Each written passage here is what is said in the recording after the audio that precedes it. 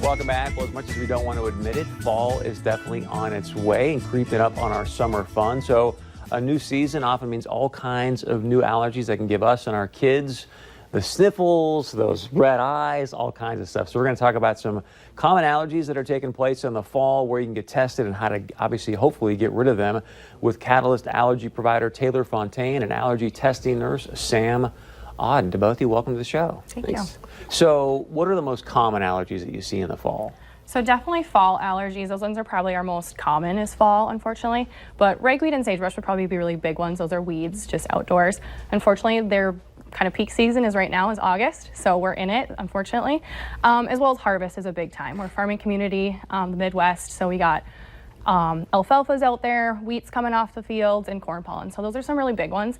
As well as a lot of people don't realize that outdoor molds kind of affect people too in the fall because everything's getting drier. So instead of sticking to the ground, it's kind of up in the air. So we're inhaling it, it's getting in our eyes, it's going to affect us. We get a lot of calls for fall allergies. Yeah. So you often hear, at least I did in the fall, it was about hay fever, but I didn't hear you mention that. So what exactly is hay fever, and is that common in the fall? Or? Yeah, hay fever is just one of those allergens terms that we can use for an allergen that, it's common in the fall. It causes all of the same symptoms, but these are just some of the more specific things that we test for that she had mentioned. So I remember growing up, like in 8th grade, I'd wake up, my eyes sealed shut. It was horrible. After somehow I outgrew it. I don't know what happened. Not a lot of fun.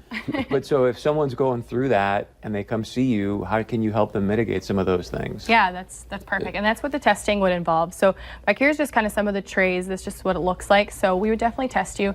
You seek Taylor for a consult first to kind of figure out what are those symptoms, determine if allergy testing is going to be appropriate for you, and then that way we can actually test you and determine what are your allergies that are affecting, kind of causing those swollen eyes, why I can't breathe, why am I so stuffy, and then we determine how strong those actually allergies are for you so that we can appropriately dose you and treat you for those. So you might be mild or you might be severe in those allergies. Okay, and then you find out what I have, and is that a long process, or what is that like? The testing itself might take about an hour, hour and a half, and so you kind of have to plan for it, but people do really well with it. It's a pretty simple procedure, and then like she said, once we find out what you're allergic to, it makes it a lot easier to be able to treat it. And what does treatment look like? Are you able to say, hey, Chris, you're going to get rid of those eyes and sniffles and everything? Or? Yeah, so there's a lot of pretty well-known over-the-counter medicines that usually people try before they make it into our office. Some nasal sprays, antihistamines, and things like that. We see a lot of people where those medicines don't really do the job.